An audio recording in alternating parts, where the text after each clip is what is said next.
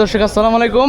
আমাদের জামালপুর ফেরিঘাট বাজারে কিন্তু দেখতে পাচ্ছেন এই যে ওনারা কই থেকে আসছেন আমরা একটু আপনাদের জানিয়ে দেব। আসসালামু আলাইকুম চাচা, আপনারা কই থেকে আসছেন? আমরা যাত্রাবাড়ি থেকে আসছি। ঢাকা যাত্রাবাড়ি থেকে আসছেন, মানে পুরা টিম চলে আসছেন একবারে, সবাই আসছেন না?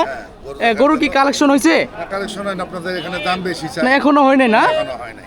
তো এখনো হয় নাই, মানে নেওয়ার চিন্তা ভাবনা কয়টা ছিল? ছিল আমাদের 5-6টা নেওয়ার। চাচা দাম তো একবারে কম বাজারে, না না না, বাজারে হ্যাঁ? দাম ছাড়ে নাই এখন। মানে এখনো আর কি ওইভাবে ইয়ে হয় নাই। সবই হয় নাই। তো ওনারা কিন্তু আসছে জামালপুর ঢাকা যাত্রাবাড়ি থেকে। আচ্ছা আচ্ছা, আমাদের কিন্তু ফেসবুক পেজ আছে জামালপুর এগ্রোবাঙ্গি কৃষির দেশ। আমাদের ভিডিও কিন্তু সব জায়গায় চলে, অনেক লোকজনই আসে কিন্তু, মানে ঢাকা থেকে অনেক লোকজনই আসে এবং কি কিনেও নিয়ে যায়। আজকে অনেকজন আসছিল, সবাই নিয়ে যাচ্ছে।